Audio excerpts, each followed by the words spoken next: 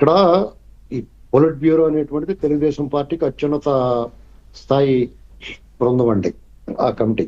ఎందుకంటే చాలా నిర్ణయాలు చంద్రబాబు నాయుడు గారు ఆ పార్టీ నిర్ణయాలు వీళ్ళ మధ్య చర్చకు వచ్చిన తర్వాత అందరి ఆమోదంతో తీసుకుంటూ ఉంటారు. సహజంగా పొలిట్ బ్యూరోలో చర్చ అంటే కొంచెం ప్రాముఖ్యత ఉంటుంది. చాలా మంది టీడీపీ శ్రేణులు కానీ ఒక రకంగా చెప్పాలంటే ఆల్మోస్ట్ ఆల్ నాయకులందరూ కూడా కొంత అసహనంతో ఎదురు చూస్తూ ఉన్నారు.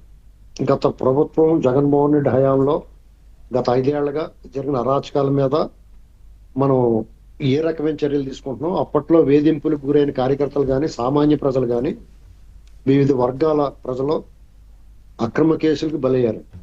ఉత్తుకున్నాను అంటే అప్పుడు ఏం చేసేవారంటే ఆ జగన్ హయాంలో ప్రభుత్వం వైసీపీ నాయకులు దాడులు చేసి దుర్మార్గాలు చేసి పోలీసుల వెనకాల దాక్కునేవారు పోయి. అంటే యాక్చువల్గా టీడీపీ కేడర్ కానీ నాయకులు కానీ వాళ్ళ సత్తాకేం తక్కువ కాదు. వాళ్ళు కూడా యుద్ధం చేయగలరు, తిరగబడగలరు, అన్ని చేయగలుగుతారు. అయితే ఇక్కడ ఏమవుతుందంటే షార్జాలో పాకిస్తాన్ టీంలు ఆడుతామట వైసీపీ గత హయాంలో. ఎందుకంటే షార్జాలో పాకిస్తాన్ టీంకి ఎంపైర్లు కూడా వాళ్ళ టీంలోనే పనిచేసేవారు. అందుకనే మన వాళ్ళు అక్కడ షార్జాలో క్రికెట్ ఆట మానేశారు అప్పట్లో 91, 92 ఆ ప్రాంతం నుంచి. ఎందుకంటే ఇక్కడ పోలీసులు ఏకపక్షంగా పనిచేశారు జగన్మోహన్ రెడ్డికి. అది వాళ్ళు భయపెట్టారా, ప్రలోభ పెట్టారా, బతిమాలేరా, లేకపోతే వసపరుచుకున్నారా, ఏ కారణం చేతనే కానీ పోలీస్ డిపార్ట్మెంట్ అంతా కూడా జగన్మోహన్ రెడ్డికి పనిచేశారు. ఒకవేళ అలాగా ఎవరన్నా మాట వినని వాళ్ళు ఉంటే పక్కన పెట్టారు, లేదంటే సస్పెండ్ చేశారు, వాళ్ళు విధులకు దూరం చేశారు.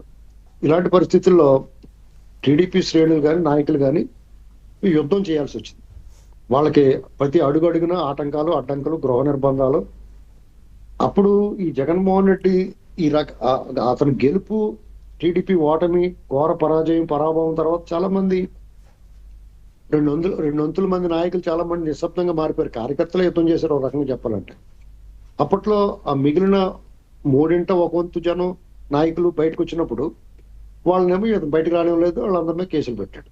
ఉద్యోగుల మీద పెట్టారు, లేకపోతే వివిధ కుల సంఘాల మీద, అన్ని రకాల ప్రజల మీద, ఏకంగా ఎస్సీల మీద SC/ST అట్రాసిటీ కేసులు పెట్టారు.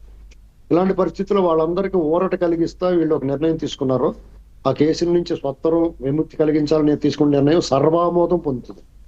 ఎందుకంటే వాళ్ళందరూ ఎదురు చూస్తున్నారు.